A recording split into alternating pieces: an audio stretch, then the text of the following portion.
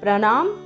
जब अकबर ने कहा कि महाराणा प्रताप जैसा राजा इतिहास में कम ही पैदा होता है, यूं तो हिंदुस्तान की सरजमी पर एक से एक जांबाज योद्धा और रणबांकुरे हुए, जिन्होंने अपनी तलवार के बल पर बाहरी आक्रांताओं, विदेशी शत्रुओं से अपनी मातृभूमि की रक्षा की। मुगलों सहित विदेशियों की सत्ता विस्तार को रोकने में अपनी वीरता और हिम्मत का बेहद साहसी परिचय दिया।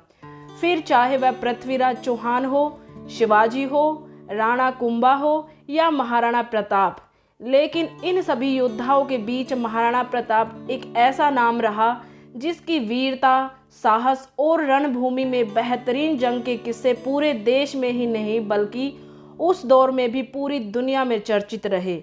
जबकि प्रताप की वीरता आज भी पूरी दुनिया में मानी जाती है।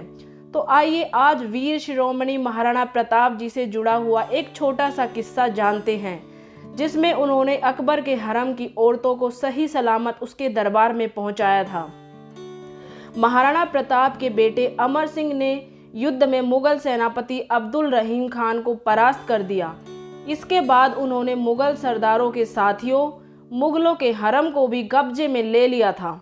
महाराणा प्रताप को जब यह समाचार मिला तो वह बीमारी की हालत में ही युद्ध क्षेत्र में जाकर अमर सिंह पर गरज पड़े। उन्होंने कहा कि ऐसा गलत काम करने से पहले तुम मर क्यों नहीं गया? हमारी भारतीय संस्कृति को कलंकित करते हुए तुझे लाज नहीं आई? अमर सिंह अपने पिता के सामने लज्जित खड़े रहे। महाराणा प्रताप ने तत्काल मुगल हरम में पहुंचकर बड़ी बेगम को प्रणाम करते हुए कहा कि बड़ी बी साहिबा, जो सिर अकबर के सामने नहीं झुका उसे आपके सामने झुकाता हूँ। मेरे बेटे से जो अपराध हुआ है उसे क्षमा करें। आप लोगों को बंदी बनाकर उसने हमारी संस्कृति का अपमान किया है। उधर अकबर ने जब मुगल हरम की चिंता करते हुए सेनापति अब्दुल रहीम को फटकारा तो उसने अकबर को आश्वस्त करते हुए कहा कि बेगम वहां उसी तरह महफूज है जिस तरह शाही महल में रहती है। इस पर अकबर ने कहा, पर महाराणा प्रताप से हमारी जंग चल रही है। इस पर सेनापति बोला कि बादशाह सलामत, महाराणा प्रताप हिंदू संस्कृति के रक्षक हैं, वे बेगम को कुछ भी नहीं होने देंगे। तब अकबर शांत हुए, मगर उनकी फिक्र कम ना हुई।